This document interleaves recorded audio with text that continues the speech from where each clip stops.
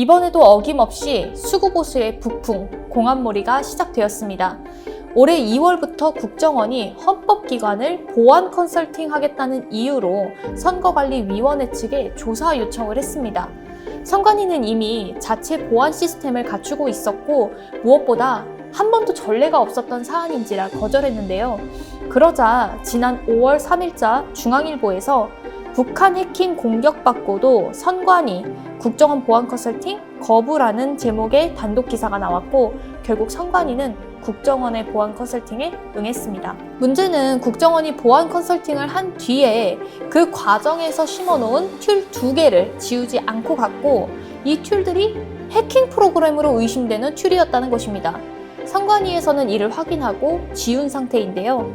이 사안은 강서구청장 보궐선거에서 국힘이 질 경우에 정부 여당이 북한의 해킹 공격으로 투표가 조작되었다라고 하는 것을 하기 위해서 국정원이 선관위에 개입하여 꾸며낸 것이 아닌가 하는 강한 의심이 드는데 아니나 다를까 이번 강서구청장 보궐선거가 있기 하루 전인 지난 10월 10일 국정원은 선관위의 투 개표 관리 시스템이 해킹을 통해 투표를 조작할 수 있는 구조라고 밝혔습니다. 공교롭게도 국정원이 발표하기도 전인 지난 10월 6일 조선일보 단독 기사로 뻥 뚫려 있는 선관위 보안망, 북한에 해킹당할 우려라는 기사가 나왔고 그 뒤 국정원 발표와 함께 우후죽순 선관위의 취약한 보안 시스템과 또 부정선거 의혹이 제기되었습니다. 국힘은 선거 하루 전에 발표한 그 국정원의 선관위 해킹 가능성에 부합하듯 일부 언론과 포털 사이트의 여론 조작을 운운하더니 급기야는 부정선거를 입에 올리기 시작했습니다. 이번 사안을 비롯하여 사실 윤 정부 들어서 공안몰이는 꾸준히 있어 왔는데요. 민주노총이나 여러 시민단체를 북한과 연계된 간첩 조직으로 규정하면서 압수수색을 하기도 하고 국정원의 대공수사권 폐지에 대해서 잘못되었다라고 하면서 북한을 이용해 정치에 개입하려는 국정원을 사실상 옹호했습니다. 심지어는 지난 7월 31일 법무부가 입법 예고한 시행령에 검찰이 국가보안법 위반 사건이나 형법상 간첩죄 등 공안사건 전반에서 관여할 수 있도록 개정했습니다. 이는 11월 1일에 시행할 예정이라고 합니다. 이처럼 윤 정부는 언제든 공안몰이를 하기 위해서 우리가 모르는 사이에 공안정치 체제를 빌드업 해왔습니다. 그래서 이번 시간에는 공안정치의 개념과 역사 그리고 그 폐해에 대해서 짚어보고자 합니다.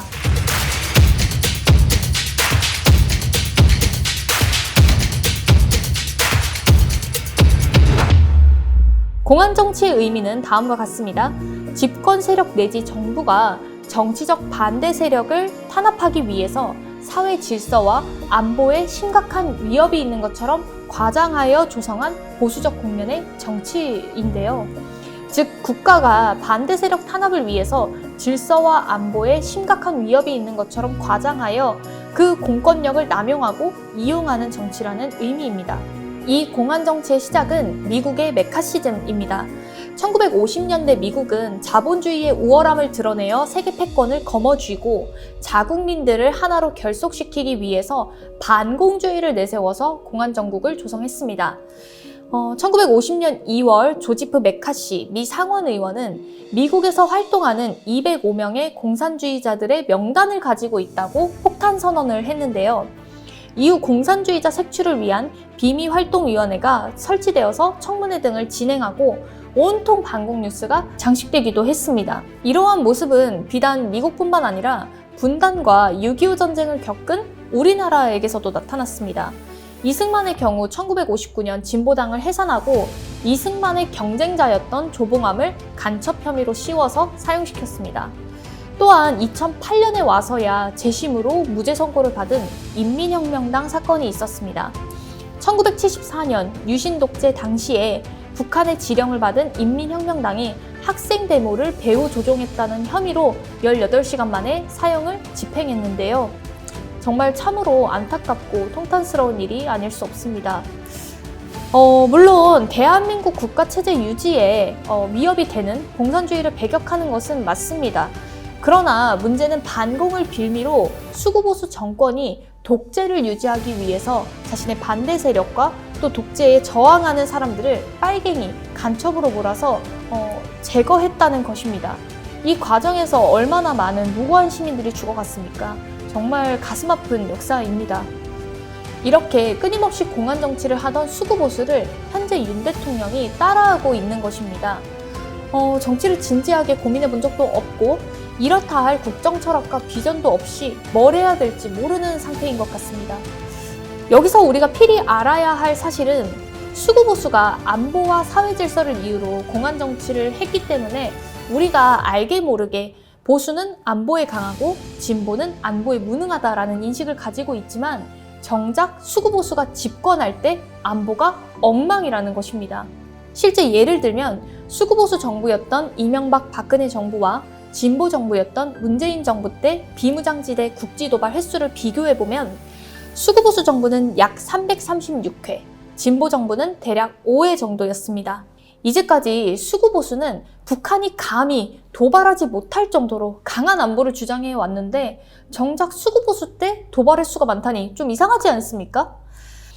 2018년 영화 공작에서 최초로 김정일 북한 국방위원장을 만난 암호명 흑금성, 북파 공작원 박채서 씨의 이야기를 다루었는데 그는 1997년 총풍 사건을 김대중 측 국민회의에 알린 인물로 알려져 있습니다.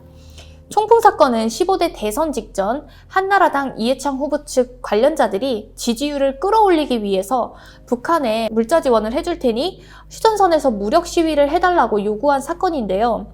이로 인해 북풍몰이가 수구보수에 의해서 조작되었다는 사실이 처음 알려지게 되었습니다. 조심스럽지만 이 총풍 사건과 같이 수구보수가 북한에게 도발해달라고 요청한 증거들이나 정황들이 더 있을 것으로 추측해 봅니다. 이처럼 수구보수는 말로는 안보를 이야기하지만 정작 안보에 신경을 쓰고 있지 않습니다. 달리 말하면 수구보수는 북한을 이용해 정치를 하는 것이라는 방증인 거죠. 결국 북한이 없으면 정치를 못하는 게 수구보수라고 생각합니다.